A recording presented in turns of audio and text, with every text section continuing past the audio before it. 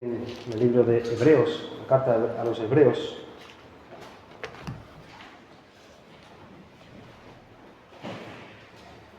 capítulo 6.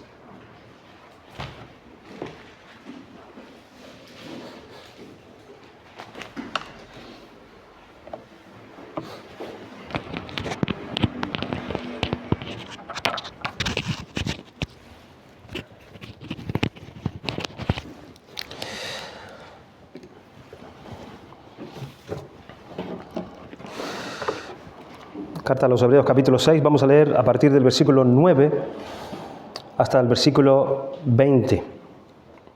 Hebreos 6, desde el 9 al 20, dice así la palabra de Dios. Pero en cuanto a vosotros, oh amados, estamos persuadidos de cosas mejores y que pertenecen a la salvación, aunque hablamos así. Porque Dios no es injusto para olvidar vuestra obra y el trabajo de amor que habéis mostrado hacia su nombre, habiendo servido a los santos y sirviéndoles aún. Pero deseamos que cada uno de vosotros muestre la misma solicitud hasta el fin, para plena certeza de la esperanza, a fin de que no os hagáis perezosos, sino imitadores de aquellos que por la fe y la paciencia heredan las promesas. Porque cuando Dios hizo la promesa a Abraham, no pudiendo jurar por otro mayor, juró por sí mismo, diciendo: de cierto te bendeciré con abundancia y te multiplicaré grandemente. Y habiendo esperado con paciencia, alcanzó la promesa. Porque los hombres ciertamente juran por uno mayor que ellos, y para ellos el fin de toda controversia es el juramento para confirmación.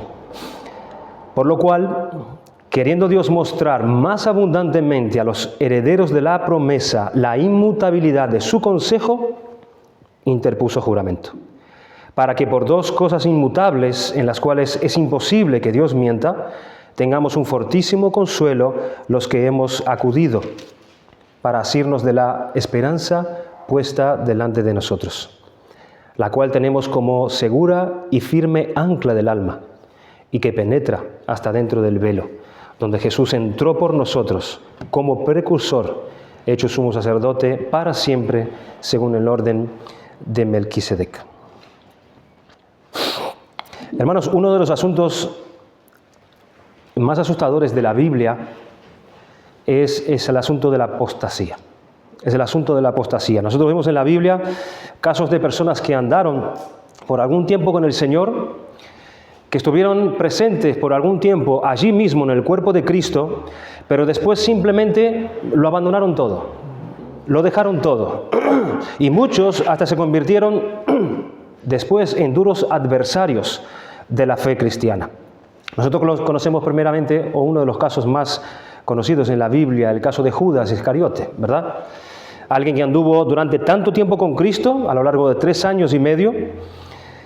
Este vio tantos milagros, este vio tantas señales, tantas predicaciones del Maestro. Él estuvo andando día a día como un discípulo allí, siguiendo a Cristo, con los demás apóstoles también, sirviendo y haciendo la obra de Dios, y al final él hizo lo que hizo. Conocemos de Saúl también en el Antiguo Testamento, ungido por Dios como el rey de Israel, totalmente capacitado para gobernar toda aquella tierra, el primer rey de Israel. Pero después se transformó en un hombre amargo, un hombre que comenzó a confrontar las cosas de Dios, se obstinaba contra los propósitos de Dios. ¿Y cómo terminó este hombre también, verdad? Allí en el Nuevo Testamento, Pablo le escribe a Timoteo diciendo: procura venir pronto a verme, porque Demas me ha desamparado amando este mundo y se ha ido a Tesalónica. El Nuevo Testamento presenta la apostasía al pueblo de Dios como si fuese una enorme placa de peligro, como una nueva placa de aviso. Cuando nosotros cogemos nuestro coche y conducimos y vamos a cierta velocidad, nosotros nos encontramos de repente con aquella enorme señal, con aquella enorme placa que nos dice: reduzca la velocidad, más adelante tienes una curva peligrosa, o tienes algo allí que peligra, reduzca la velocidad. Y mediante esa señal nosotros sabemos que allí delante hay un peligro. Entonces reducimos la velocidad y pasamos por allí de manera segura. Los avisos de Dios en las Escrituras sobre la apostasía no significa necesariamente que los creyentes puedan cometer eso. Pero sí son avisos, de cualquier manera, para que todos los creyentes verdaderos se aseguren de que están verdaderamente en el camino correcto y que son creyentes verdaderos. Aquí en este capítulo 6 de Hebreos, en los versículos anteriores a lo que nosotros acabamos de leer, nosotros notamos cómo el autor nos alerta del peligro de la apostasía. Leemos a partir del versículo 4 al 8 lo siguiente. El autor dice, en el capítulo 6 del 4 al 8, porque es imposible que los que una vez fueron iluminados y gustaron del don celestial y fueron hechos partícipes del Espíritu Santo, y asimismo gustaron de la buena palabra de Dios y los poderes del siglo venidero, y recayeron, sean otra vez renovados para arrepentimiento, crucificando de nuevo para sí mismo al Hijo de Dios y exponiéndole a vituperio, porque la tierra que bebe la lluvia, que muchas veces cae sobre ella y produce hierba provechosa a aquellos por los cuales es labrada, recibe bendición de Dios, pero la que produce espinos y abrojos es reprobada. Está próxima a ser maldecida y su fin es el ser quemada. El autor está diciendo aquí, si tú fuiste iluminado en algún momento, si tú has recibido suficiente conocimiento de la gracia de Dios, del Evangelio, de la palabra, y participaste del cuerpo de Cristo, siendo beneficiado aún de las bendiciones espirituales que Cristo imparte en medio de su cuerpo, y después de eso, uno reniega de todo eso, uno pisa todo eso, uno rechaza todo eso, entonces ya no queda ninguna esperanza de salvación para esa persona. Según el contexto de esta carta, parece que ella fue escrita para poder combatir un movimiento que estaba naciendo dentro del cristianismo, allí a mediados del primer siglo, donde muchos convertidos al cristianismo estaban siendo confrontados con algunas ideas judaicas y estaban siendo confrontados a volver a ciertos rituales, a volver a cierto sistema, y muchos de esos creyentes comenzaron a ser sacudidos en su fe.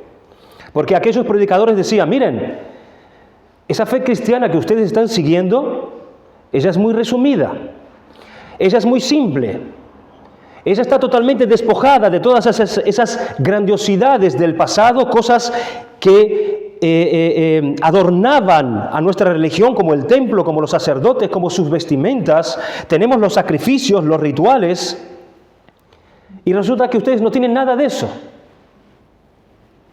De modo que ustedes viven una fe como reducida. Así que de algún modo esa predicación hizo que varios creyentes tambaleasen. Y ellos comenzaron a pensar, quizás nosotros estamos ciertamente equivocados al escuchar lo que oían.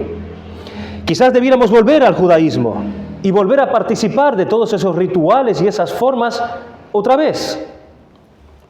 Pero el problema que presenta aquí el autor de la carta de los Hebreos es que cuando alguien abandona al Cristo solamente, por todo aquello que la ceremonia simboliza, él está cambiando aquello que es verdadero, aquello que es permanente, por aquello que era simplemente una sombra pasajera. Y por tanto, está desechando, él está haciendo a un lado toda o la única forma de salvación posible dada por Dios, que es la salvación por la gracia mediante la fe en Cristo. Por algún tipo de ritualismo, él está cambiando esta fe verdadera, la está cambiando por algún sistema de obras para poder alcanzar la salvación, la cual no se podrá alcanzar jamás. Pero aunque nosotros veamos, hermanos, en este capítulo 6, una de las más fuertes alertas que encontramos en las Escrituras en cuanto a la apostasía, sin embargo, no es el tema predominante de este capítulo 6. Porque el asunto dominante justamente es lo opuesto.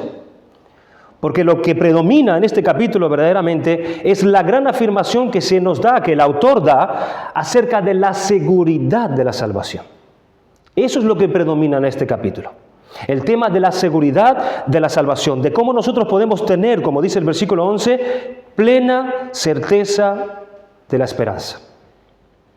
¿Y por qué nosotros no deberíamos dudar, hermanos, de nuestra salvación? Si nosotros notamos allí en el versículo 9, después de haber hecho esa gran alerta acerca del peligro de la apostasía, el autor dice: pero en cuanto a vosotros, oh amados, estamos persuadidos de cosas mejores y que pertenecen a la salvación, aunque hablamos así, dice. Aquí vemos como si el autor se estuviese disculpando cuando él dice, aunque hablamos aquí, como si estuviese diciendo, perdónenme hermanos por tener que hablar así tan fuerte con ustedes acerca de la apostasía. Perdónenme por tener que usar un lenguaje tan fuerte en este capítulo 6, pero es importante y necesario este aviso para ustedes. Porque yo sé que ustedes tienen la salvación, pero lo que yo quiero es que ustedes tengan una plena certeza de esperanza, y no una mera certeza a medias. No una mera certeza limitada, sino que tengan una plena certeza de vuestra esperanza. Y dice el versículo 11, pero deseamos que cada uno de vosotros muestre la misma solicitud hasta el fin, para plena certeza de la esperanza. Entonces, en este capítulo 6, más que asustarnos sobre el peligro de la apostasía, el autor pretende incentivarnos y explicarnos cómo también nosotros podemos obtener la plena certeza de nuestra esperanza, es decir, la plena certeza de nuestra fe. Sin ir más lejos, los grandes autores del pasado, los puritanos del pasado, ellos persiguieron muchísimo esto que habla aquí el autor en la carta a los Hebreos. Muchos de ellos escribieron mucho acerca de la plena certeza de fe. ¿Y por qué? Porque ellos entendían que no todos tienen la misma certeza.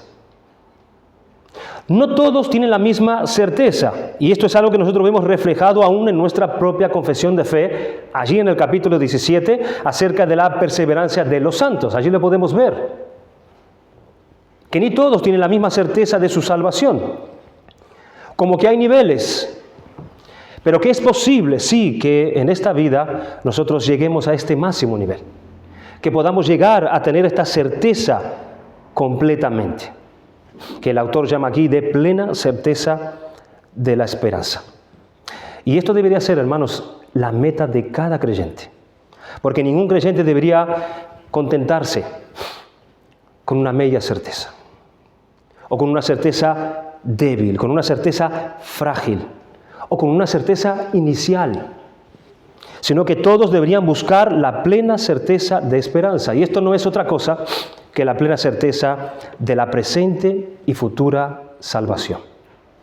El autor con estas palabras de aquí muestra una verdadera preocupación por la vida espiritual de cada persona que es miembro de la congregación. Él no se da por satisfecho solo por el hecho de que muchos creyentes estén desarrollando espiritualmente su fe. Él quiere que todos progresen y no quiere que ninguno se aleje, nadie se aleje del pueblo de Dios. Así que todos debían buscar esta plena certeza para así ser librados definitivamente de cualquier asomo o sombra de apostasía. ¿Y cómo es posible esto? ¿Cómo es posible esto? ¿Cómo alcanzar esta plena certeza de esperanza?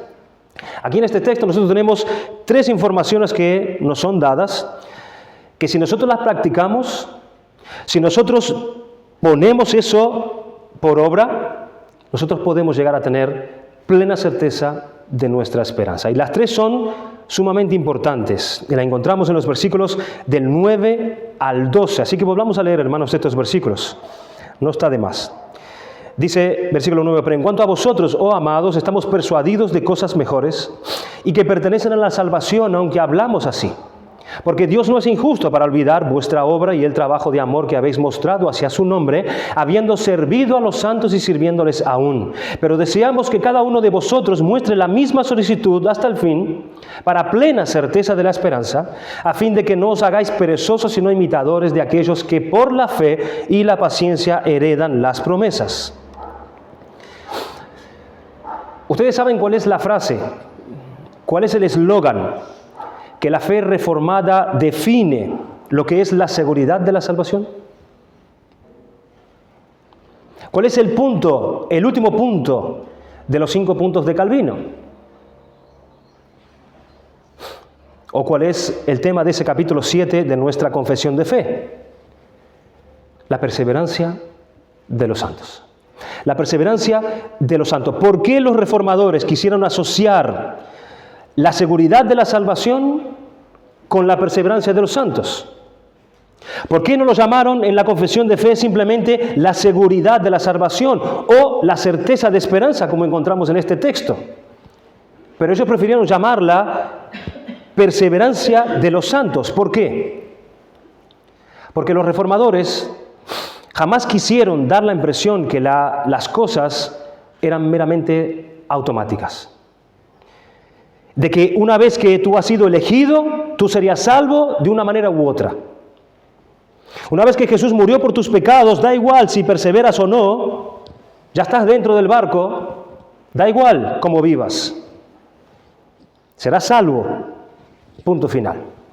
Pero no, los reformadores jamás quisieron dar esa impresión, aunque los reformadores siempre han confirmado y entendieron que una vez salvo, siempre salvo, esa es la verdad, ¿sí? Entendieron que no se puede perder la salvación, eso es verdad. Sin embargo, para los reformadores jamás quedó por fuera el asunto de la perseverancia. Y perseverancia significa que tú perseveras. Que tú perseveras en la fe y en las obras de fe, hasta el final. Porque tú y yo somos capacitados para hacer eso por la gracia de Dios.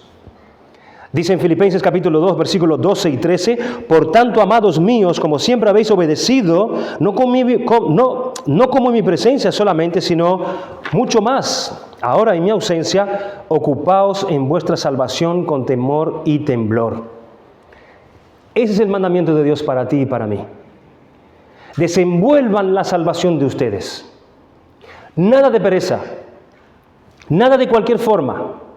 Ocupaos en vuestra salvación con temor y temblor, temiendo y temblando. Pero el versículo 13 completa diciendo, porque Dios es el que en vosotros produce así el querer como el hacer por su buena voluntad. Él lo hace tanto en la esfera de la voluntad como también en la esfera de las acciones. Si nosotros hacemos algo, si nosotros queremos y deseamos algo, si practicamos algo, es porque Dios nos dio ese poder. La gracia y la capacidad es dada por Dios para hacer eso. Si no, nosotros no pudiéramos definitivamente hacer nada. Nosotros debemos perseverar porque Dios persevera en nosotros. Debemos ocuparnos en lo que debemos ocuparnos porque es Dios quien produce en nosotros lo que solamente Él puede producir. Porque Dios es el que sustenta todas las cosas y Él es el que da toda fuerza para todo lo que se debe hacer. No pensando que perseveramos por nuestra propia fuerza, por nuestros méritos o por nuestra capacidad, sino que todo viene de Dios. Todo viene de lo alto, como dice Santiago, de parte del Padre. Así que, en primer lugar, el autor nos está diciendo que para tener una plena certeza de esperanza, debemos perseverar. Debemos perseverar, nosotros debemos perseverar. Hermanos, si es verdad, sí, que es Dios quien produce en nosotros el querer como el hacer, pero el mandamiento es perseverar, y eso es para ti y para mí. Y mire cómo el autor usa algunos términos aquí que denota trabajo, esfuerzo, dedicación. Él dice en el versículo 10, porque Dios no es injusto para olvidar vuestra obra y el trabajo de amor que habéis mostrado hacia su nombre, habiendo servido, miren los términos, a los santos y sirviéndoles aún. Pero deseamos que cada uno de vosotros muestre la misma solicitud, eso es diligencia, eso es dedicación, hasta el fin, para plena certeza de la esperanza. Para que no se conviertan, hermanos, en lo opuesto a esto, ¿verdad? Lo opuesto de quien trabaja, lo opuesto de quien sirve, lo opuesto de quien se dedica. ¿Qué es lo opuesto? Indolencia, perezosos, negligencia, desidia, dejadez, indiferencia, brazos cruzados. Dice el versículo 11, pero deseamos que cada uno de vosotros muestre la misma solicitud hasta el fin. Y dice el versículo 12, a fin de que no os hagáis perezosos, indolentes, sino imitadores de aquellos que por la fe y la paciencia heredan las promesas. Hermanos, queremos tener una plena certeza de la esperanza. Tenemos que trabajar. Tenemos que trabajar por eso. Tenemos que servir. Tenemos que estar activos. Lo que el autor dice, o lo que el autor desea allí en el versículo 11, es que cada uno, cada creyente individualmente, él demuestre la misma diligencia en su servicio de amor hacia las necesidades del pueblo de Dios. Cada uno, individualmente. Pero él teme, el autor teme que algunos miembros de la iglesia sean deficientes en la virtud de la esperanza. Y él sabe que esta deficiencia será dañina no solo para el desarrollo espiritual del creyente, sino también para el desarrollo espiritual de toda la congregación. Los apóstoles constantemente instan a los creyentes a crecer espiritualmente. Pedro en su segunda epístola, él alienta a sus lectores a crecer en la gracia y en el conocimiento de nuestro Señor Jesucristo. Y dice más adelante, procurar tanto más hacer firme vuestra vocación y elección. Cuando el autor aquí está exhortando a sus lectores a asegurar su esperanza, él recurre al término diligencia o solicitud, que expresa algo de la magnitud de la responsabilidad cristiana en cuanto a ese desarrollo de la propia vida del creyente. ¿Y durante cuánto tiempo o hasta cuándo los creyentes deben mostrar esta diligencia? Él dice, hasta el fin. Hasta el fin, dice el escritor, porque él sabe que muchos desean gozar de una seguridad plena de esperanza, pero no se esfuerzan, no son diligentes, no están ocupados, como dice Pablo a los Filipenses. Por eso les exhorta diciendo, no deseamos que os volváis perezosos. Y estas son palabras de aliento, hermanos. Son palabras de aliento, son exhortaciones de aliento al creyente. Y si ellos son así, si se muestran diligentes, trabajando y sirviendo, esta será una forma de desenvolverse y de estar ocupándose en su salvación que nos es dada por la gracia mediante la fe. Así que no se puede confiar en una fe muerta. No se puede confiar en una fe infructífera. No se puede confiar en una fe que no obra, que no está obrando, que no trabaje, que no sirva. Porque la fe verdadera necesariamente produce frutos. Por eso el escritor usa esa metáfora tan al dedo que está allí en el versículo 7 diciendo, porque la tierra que bebe la lluvia que muchas veces cae sobre ella, y produce hierba provechosa a aquellos por los cuales es labrada, recibe bendición de Dios. Pero la que produce espinos y abrojos es reprobada, está próxima a ser maldecida y su fin es el ser quemada. Aquí la idea es que hay dos campos, hay dos tierras aquí. Y la lluvia va cayendo sobre las dos tierras como una continua bendición de Dios, y allí están esas dos tierras bebiendo de la lluvia. Pero la diferencia es que uno de los campos es cultivado. Hay un trabajo diligente allí. La tierra es cavada, removida, sembrada, hay un esfuerzo, hay un trabajo detrás. Dios envía la lluvia y como resultado de esta diligente labor, produce entonces el fruto en ese campo para alimentar a la gente. Y ese fruto está a la vista de todos. Y Dios está bendiciendo la tierra y Dios está bendiciendo a los labradores, a las personas que reciben las cosechas, ellos reciben la bendición de Dios. Pero aunque la lluvia continúa cayendo, también sobre aquella otra tierra, aquel otro campo, pero resulta que nadie trabajó allí. Resulta que nadie labró allí. Nadie sembró la semilla. Nadie excavó la tierra, nadie sudó allí. Nadie trabajó. Él o los dueños del campo no parecen mostrar interés en su tierra. por lo que los espinos y los abrojos han tomado el lugar de una buena cosecha. ¿Qué pasará entonces con ese campo lleno de espinas y abrojos? Dice que a su tiempo la tierra inútil será arrasada por medio del fuego. El punto aquí es el de advertir que la mera observación, el mero goce y la recepción de las bendiciones de Dios no pueden salvar a una persona a menos que haya habido un genuino nacimiento. Que es evidenciado a través del trabajo, del esfuerzo, el servicio que produce frutos. No solamente la lluvia, sino la lluvia y el trabajo hecho. La lluvia y el trabajo hecho para cultivar la tierra. Y esto determina la cosecha que el campo produce. Las palabras de Jesús cuando dijo, por sus frutos lo conoceréis, aclaran bien esto que sucede aquí. Nosotros no somos salvos por las obras, pero hemos sido salvados para obrar. Hemos sido salvados para producir frutos y Dios quiere ver esos frutos en sus hijos. A través del trabajo, a través del servicio, a través del esfuerzo. Por eso, para tener plena certeza de esperanza, hermanos, desechen toda pereza. Desechen toda negligencia.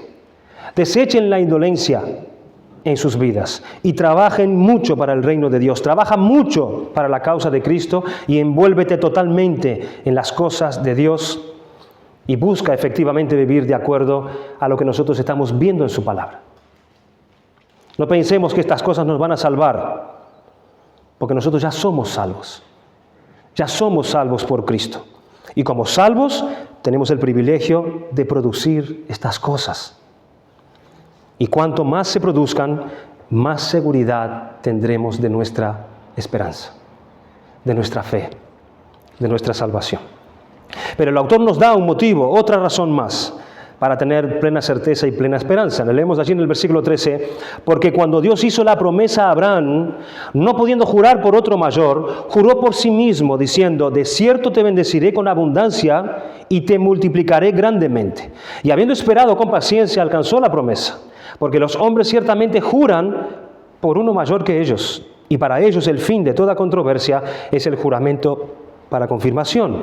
Por lo cual, queriendo Dios mostrar más abundantemente a los herederos de la promesa la inmutabilidad de su consejo, interpuso juramento, para que por dos cosas inmutables, en las cuales es imposible que Dios mienta, tengamos un fortísimo consuelo los que hemos acudido para asirnos de la esperanza puesta delante de nosotros. El autor dice que hay dos razones aquí. Y es una moneda con dos caras. Que Dios no puede mentir sobre ellas, porque es imposible que Dios mienta. ¿Cuáles son esas dos cosas? La primera es la promesa de Dios. Es la promesa que Dios hizo. Dios prometió nuestra salvación final. Y no hay ninguna duda que Él no cumpla esa promesa. Pero si eso no bastase, porque ya hay una promesa de parte de Dios, Dios aún jura por sí mismo solemnemente que Él cumplirá la promesa hecha. Esto lo llamaron una sobrecarga de certeza. No solamente hay una promesa, sino que hay un juramento encima de la promesa. Ya debería ser suficiente la promesa de parte de Dios. Pero aún sobre eso, Dios, queriendo mostrar más abundantemente a los herederos de la promesa, es decir, nosotros, hermanos, la inmutabilidad de su consejo. Y entonces interpuso juramento. Y el autor aquí nos trae la figura de Abraham, a quien se le fue dada esa promesa de que tendría un descendiente que haría de él una gran nación, bendiciendo a través de su descendiente todas las familias de la tierra, y que completaría su plan de redención a través de él. A él le dio la promesa. Después nace Isaac. Dios manda a Abraham a subir en aquel monte Moriah y le pide que ofrezca allí en sacrificio a su hijo. Y como Abraham no rehusó dar a su Hijo en sacrificio a Dios, dijo Dios: ya que tú me mostraste esta confianza, yo juro por mí mismo que cumpliré mi promesa. La promesa solemne vino directamente como respuesta a la fe de Abraham. Entonces Dios no solamente promete, sino que para reforzar la promesa, Él jura por sí mismo que cumplirá la promesa. Dos cosas inmutables de parte de Dios. El autor de los Hebreos está aplicando esto a la esperanza que nosotros hemos recibido también. Él está diciendo que nosotros no somos de aquellos que retroceden, que nosotros no somos de aquellos que recaen, que vuelven a las sombras del pasado después de haber experimentado el cuerpo de Cristo en el presente. Que nosotros no somos esa tierra que produce abrojos y espinos, sino que somos aquellos que trabajamos, que nos esforzamos, que perseveramos, que servimos, y Dios no se olvida, dice, de nuestro trabajo, como dice el texto, porque Dios no es injusto para olvidar vuestra obra y el trabajo de amor que habéis mostrado hacia su nombre, habiendo servido a los santos y sirviéndoles aún. Nosotros tenemos una promesa, y sobre esa promesa tenemos un sobrejuramento inmutable de que Dios no va a desistir de nosotros, de que Dios no nos va a abandonar, hermanos, de que Él no va a desistir con nuestros pecados. Él no va a desechar a su pueblo, que no se cansará de nosotros, sino que Él nos va a llevar a su bendito reino, hacia ese bendito mundo venidero, y Dios no solo lo promete, sino que jura también encima de esa promesa. Y si esto es así, hermanos, no tenemos derecho de dudar de nuestra salvación. No tenemos el derecho. No tenemos derecho de dudar de la promesa y del juramento de parte de Dios. Porque para eso Dios hizo un juramento. Para mostrar más abundantemente a nosotros los herederos de la promesa inmutable de su consejo. Es decir, su palabra permanece para siempre, es lo que está diciendo. Si Dios lo dijo, si Dios lo prometió, si Dios lo juró, quiere decir que su consejo permanece para siempre. Y cuando dudamos de eso, nosotros hacemos a Dios no confiable. Hacemos a Dios mentiroso, porque es Él quien lo prometió. Es por eso que debemos tener plena certeza de la esperanza. Así que apégate, confía, cree en la promesa, cree en el juramento de Dios que lo hizo para nuestro beneficio, para ti y para mí, que somos tan incrédulos muchas veces. Pero el autor avanza y nos da un tercer aspecto muy relacionado con este anterior. Dice el versículo 18, para que por dos cosas inmutables en las cuales es imposible que Dios mienta, tengamos un fortísimo consuelo los que hemos acudido para asirnos de la esperanza puesta delante de nosotros, la cual tenemos como segura y firme ancla del alma y que penetra hasta dentro del velo donde Jesús entró por nosotros como precursor, hecho sumo sacerdote para siempre según el orden de Melquisedec. Entonces, no es solamente por el hecho de que Dios haya prometido y jurado que nos iba a salvar, sino también por todo aquello que Jesús hizo por nosotros, es que podemos tener plena certeza de nuestra esperanza. Y lo que dice la segunda parte del versículo 18 es interesante y es para considerar. Él dice, tengamos un fortísimo consuelo los que hemos acudido para asirnos de la esperanza puesta delante de nosotros. Él está diciendo, nosotros que hemos acudido a asirnos de la esperanza que se nos fue ofrecida, nosotros podemos sentirnos grandemente alentados, grandemente consolados. El escritor dirige su lección hacia la inmutabilidad del propósito de Dios a nosotros que creemos la palabra de Dios. Y escribe para alentarnos en nuestra huida del pecado. Porque cuando él dice, nosotros que hemos acudido a asirnos de la esperanza, está diciendo, nosotros que hemos escapado de un sitio para acudir a otro. Aquí el contexto general indica que nosotros, los que hemos creído, hemos escapado del poder del pecado, hemos escapado del poder de Satanás, hemos escapado del poder de la incredulidad voluntaria que había en nosotros y así nos hemos vuelto a Dios. ¿Para qué? Para asirnos de la esperanza que nos fue ofrecida. Somos el pueblo que está escapando. Somos el pueblo que está huyendo, buscando un refugio donde acudir. Y como verdaderos herederos de la promesa, somos invitados a apropiarnos de la única esperanza que Dios coloca a plena vista delante de nosotros. Esto es maravilloso, hermanos. Hay una promesa dada por Dios. Es inmutable esa promesa. Es una promesa de esperanza eterna. Y la pone delante de nosotros. Y Él está explicando aquí el proceso de nuestra salvación. Hemos dejado el mundo, hemos dejado todo lo del pasado. Miren a estos hermanos que estaban siendo tentados a volver a todo eso. Ya hemos dejado todo eso. Y ya hemos venido a acudir a esta esperanza que Dios puso delante de nosotros.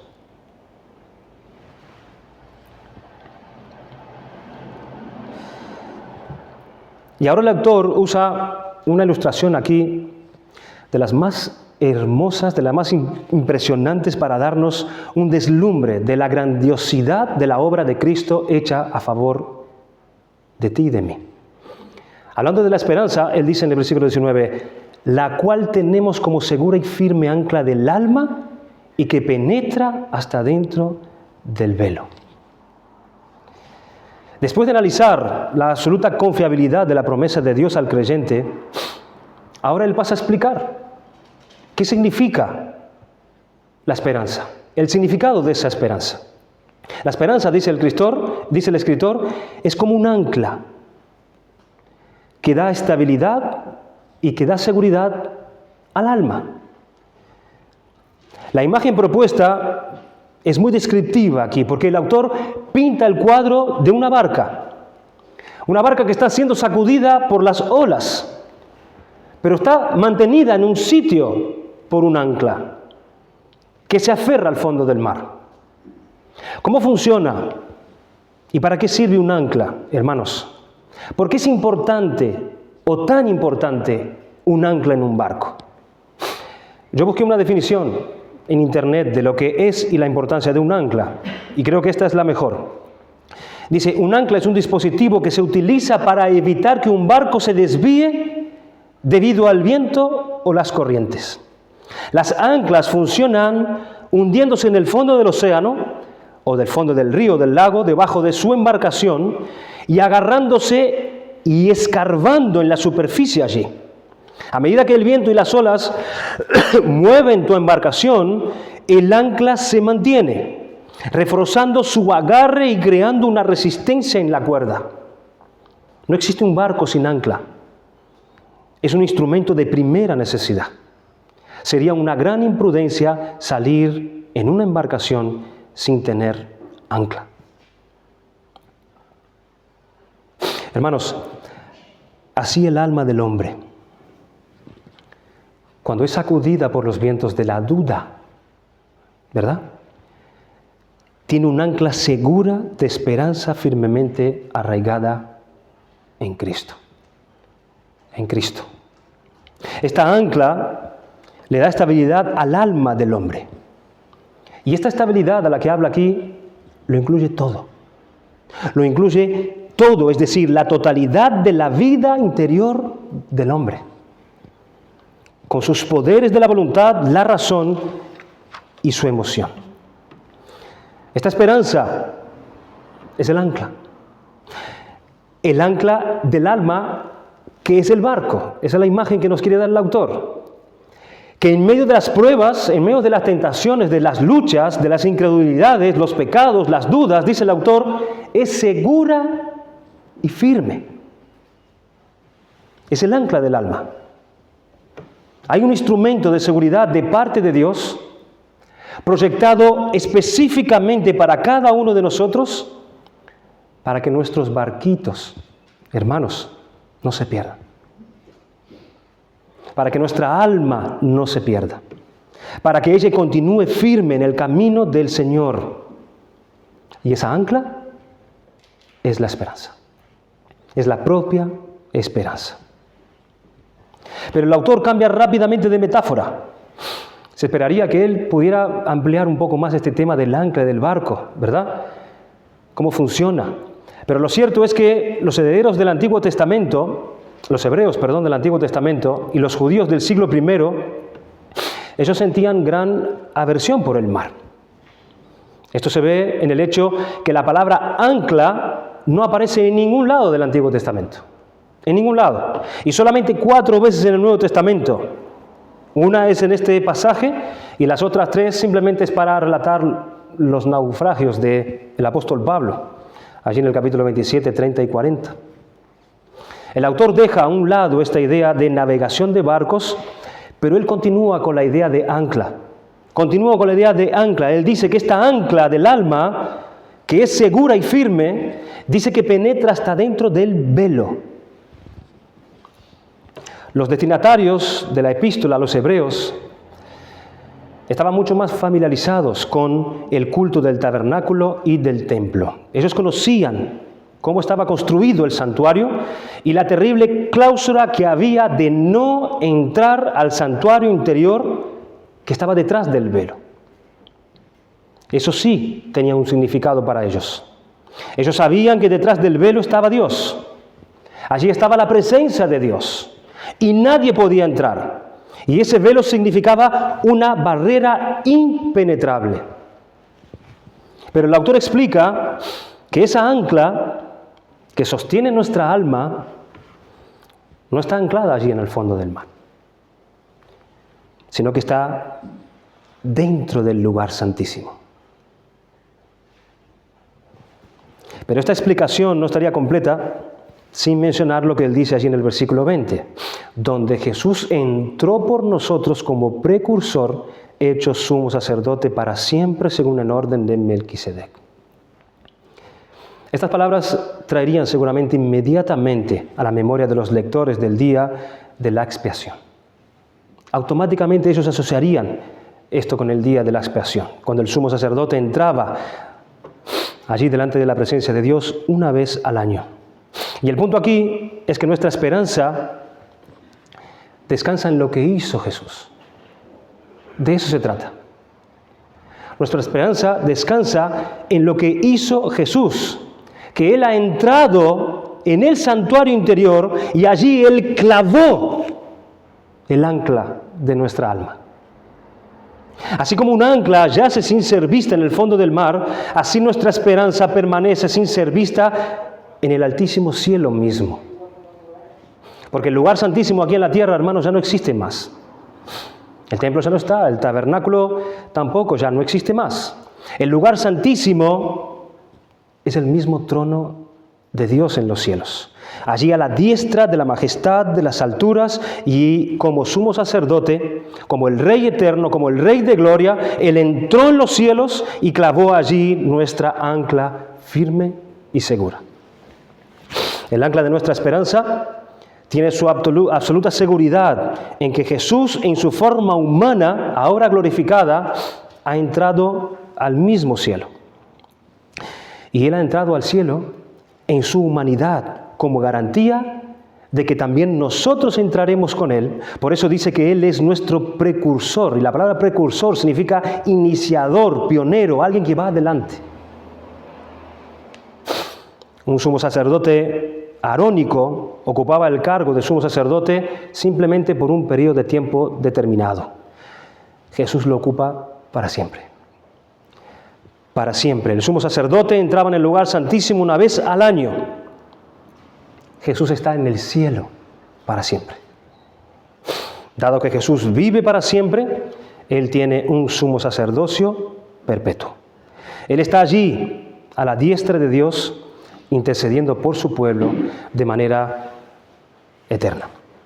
Entonces, por toda la obra de Cristo, es decir, su vida perfecta, hasta llegar a la muerte, hasta la cruz, de la cruz a la tumba, para que se compruebe verdaderamente que Cristo había muerto realmente, de la tumba a la resurrección aquí en la tierra, mostrando que Él cumplió y pagó toda justicia al Dios Santo, después de resucitado aquí en la tierra, de regreso al cielo para sentarse a la diestra de Dios. Y donde Cristo va, nuestra esperanza va con Él. Va con Él. Nuestra ancla va con Él. Nuestra seguridad está en Él y en cada una de las obras que Él realizó perfectamente a nuestro favor. Pero todavía falta una de ellas. Falta una obra que todavía Cristo tiene que realizar, que es su regreso. Es su regreso y de ahí arrastrarnos a través de esa ancla hacia nuevos cielos y nueva tierra. Hermanos, resumiendo entonces, 3 cosas fundamentales para tener plena certeza de la esperanza. La primera, perseverar. Perseverar, mostrar frutos, trabajar duro, servir prontamente, sin pereza, sin indolencia. Y Dios no te va a dejar sin recompensa. En segundo lugar, confiar en el juramento que está sobre la promesa. Solamente la promesa bastaba, pero Dios quiso mostrar a sus herederos más abundantemente la inmutabilidad de su consejo. Y entonces juró por sí mismo, como si hiciera falta. Es confiar en lo que Dios prometió. Es entender que nada nos separará del amor de Dios que es en Cristo Jesús. Ni nuestros pecados que pueden ser perdonados, ni este mundo, ni Satanás, el enemigo de nuestras almas. Y así continuamos en la gracia y perseveramos en la fe. Y en tercer y último lugar, queremos tener la plena certeza de nuestra esperanza. Hermanos, pensemos siempre en esa ancla.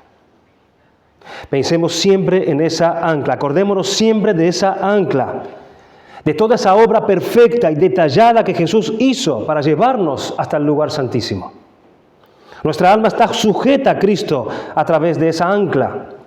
Un ancla que está firme y segura. Y Él no nos va a soltar. De ningún modo. Nadie puede soltar esas cadenas. Ni nosotros mismos. Nuestra alma está sujeta a Cristo. Y donde Cristo fuere, Él nos llevará juntamente con Él. Y alegrémonos, hermanos. Alegrémonos por esta certeza absoluta que podemos tener de nuestra esperanza. Y no dudemos de Dios. No dudemos de la promesa.